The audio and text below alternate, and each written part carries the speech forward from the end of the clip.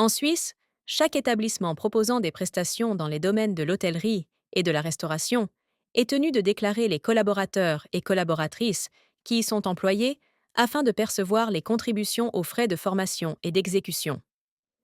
Pour simplifier la déclaration, l'Office de contrôle de la Convention collective de travail met à disposition un portail pour la déclaration. Veuillez noter que vous devez vous déclarer même si vous n'employez pas de collaborateurs. Dès réception par voie postale des documents pour la déclaration des frais de formation et d'exécution, vous êtes paré pour vous inscrire sur le portail pour la déclaration. Pour ce faire, il vous suffit de naviguer sur le site www.ccnt.ch. Sur cette page, vous trouverez le menu Déclaration spontanée en ligne. En cliquant sur le bouton Inscription, vous accéderez finalement à la page d'inscription du portail de déclaration. Sur les documents reçus, vous trouverez la rubrique Données d'accès en ligne.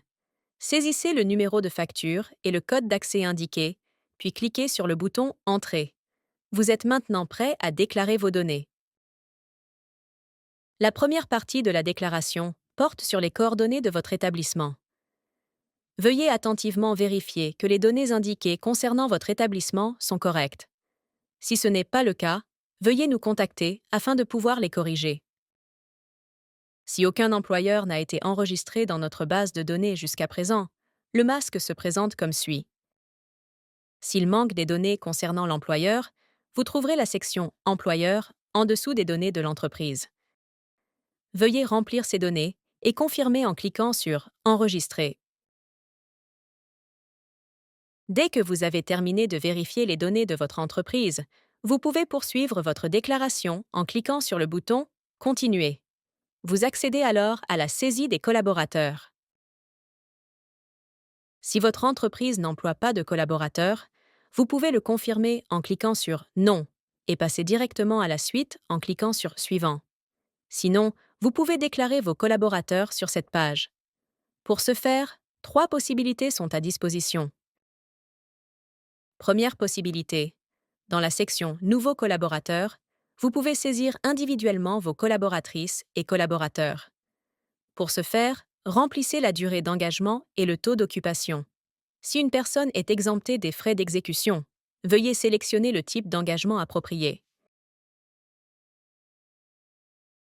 Deuxième possibilité. Si vous avez déjà déclaré en ligne l'année précédente, le bouton Importer les collaborateurs de l'année précédente vous permet d'importer vos collaborateurs de la déclaration de l'année précédente. S'ouvre alors une fenêtre dans laquelle vous obtenez un aperçu de tous les collaborateurs de l'année passée. En cliquant sur le bouton Importer, les collaborateurs sélectionnés sont repris.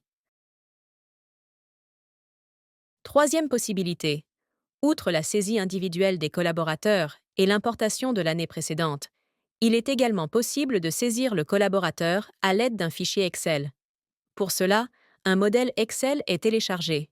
Il peut ensuite être rempli et être à nouveau téléchargé.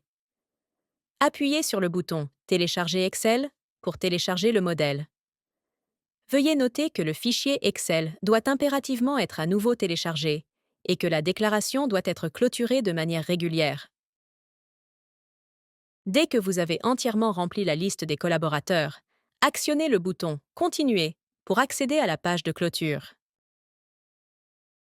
Sur la page de clôture, vous voyez dans la partie supérieure le calcul pour vos contributions aux frais d'exécution.